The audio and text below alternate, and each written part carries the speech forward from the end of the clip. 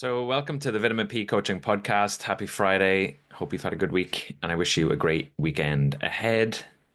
A busy week, lots of good stuff going on, and I am looking forward to talking through some of these things. One of the podcasts I've started listening to recently is The Art of Accomplishment by Joe Hudson, and he talked recently about why your goals may be making you miserable. And the distinction he makes is between principles and goals. And principles are these kind of things or ways, things that are important to you that you want to be or become or um, like almost bring into the world. So, for example, one could be courage. Um, and then the goal is the expression of that. So, where you actually test it or test yourself in being that principle or being that like characteristic or thing. And I wonder what that might unlock for people that chase goals, not realizing what principle or underlying thing they're actually seeking to achieve. Because the goal of growing your business by 10, but not being focused on the courage or the development that you get from achieving that, it just becomes a thing that you've ticked and there's less of the meaning or fulfillment behind it. So that's an invitation to kind of think about what are the things underneath the goals that the goals become the expression or the adventure that you go on to develop that thing or be that thing. So courage is a big one for me at the moment that I'm paying attention to. So the goals that I set for myself will link to that. What about you? Most of the time, you know what to do. It's just that when you're busy, you've clouded your mind and your nervous system and your body so that you can't actually see things clearly. And so when you allow your mind and body to settle and be still and present, clarity will emerge. And often we're just so busy day to day, like so much stimulation, notifications, emails, to-do lists, all that kind of stuff. And I mean, this is a live example from a conversation this week is this person had an insight in the conversation, and it was only because we were slowing down, we were still. What if you created a little bit of space for that for you? I said this to Katie yesterday that I feel like I'm getting closer to some of the work that I'm meant to be doing, and that I just needed time to reflect on it and actually dig into what it is about it that's making me feel like that. And again, I wonder what that might create for you. Another thing I was hyper aware of and has come up in multiple conversations, whether in one-to-ones or in groups, is just we change who we are in the context or environments that we're in with the people that we're with. And that's helpful until it's not. And so often people want to take off the mask and just be freer to be more of who they are versus hiding or masking that version of themselves and becoming a caricature of themselves. And like authenticity isn't actually this thing that you arrive at and that's it. You could say it like you can kind of get towards a version of your true essence, but you're still going to be changing and evolving moment to moment and in different contexts with different people. So masking is helpful until it's not. And how can you notice that for yourself and just get really curious to play with that, to experiment with it? What would 10% less mask be in this conversation? What might I show? What might I share? How might I experience myself and other people in that conversation? Are you devaluing your worth? And the reason I ask this is we live in a house and we want to move hopefully soon enough. And we had no idea the value of the house until we spoke to somebody that says, oh no, the house is going for X. And we're like, oh, I thought it was Y. And we had devalued the house unknowing to ourselves. And in conversations I've had this week with people, they are devaluing themselves unknowns to themselves as well. And yeah, it's silly to talk about a house price, but we devalue our worth because we compare it to something or we don't have a good comparison.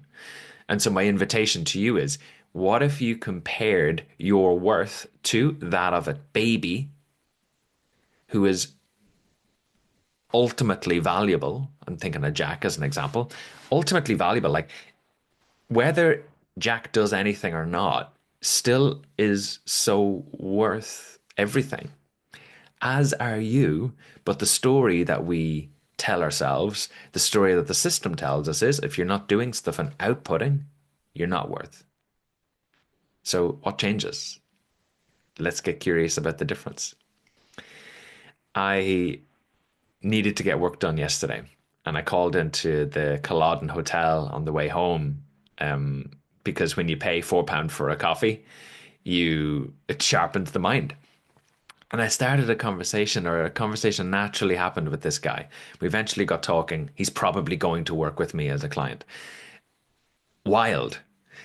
And my invitation is, or the thought is, conversations are catalysts for possibility. How can you create opportunity for opportunities to happen?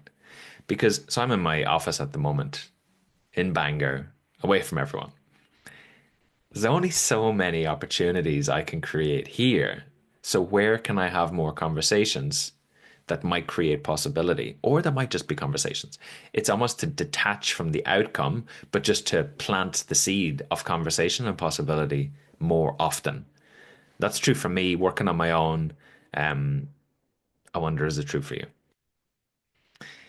Um, I've also had conversations with people who are multimillionaires this week. And one person very honestly shared that they sold their business for multiple millions. And yet they really want to find a place of peace.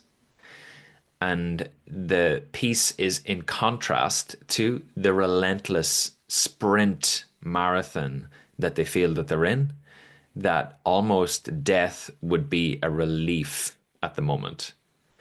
And I share, and I think I believe that peace is not at the end of the race. Yes, we say to people who have died in like a Catholic background, may you rest in peace.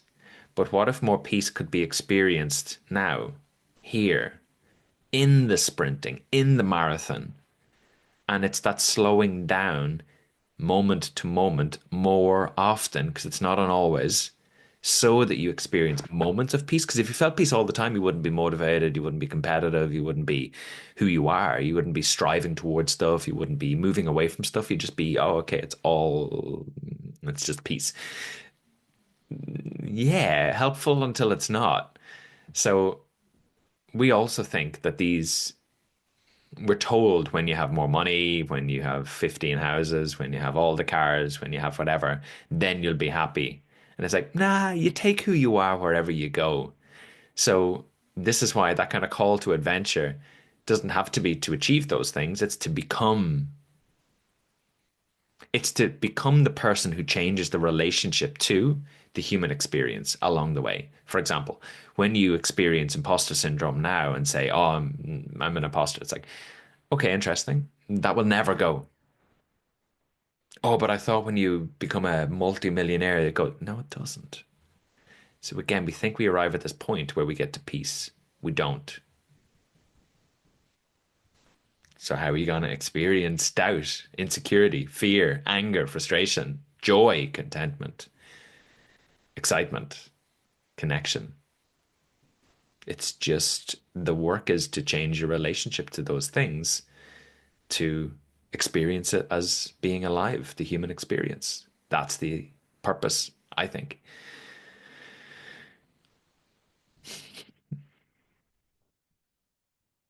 Next one is you can't be self-aware or present all of the time, but you could be more often. And what does that look like? Because we think if I was self-aware all the time for everything that I do, for every conversation that I'm in, I'd be exhausted and I'd only have one conversation a day. If I was present all the time, I've talked to my therapist about this. She said you'd burn out. So we think we get to a point where we're aware all the time, present all the time. And I mean, the stories of people that are, I don't know.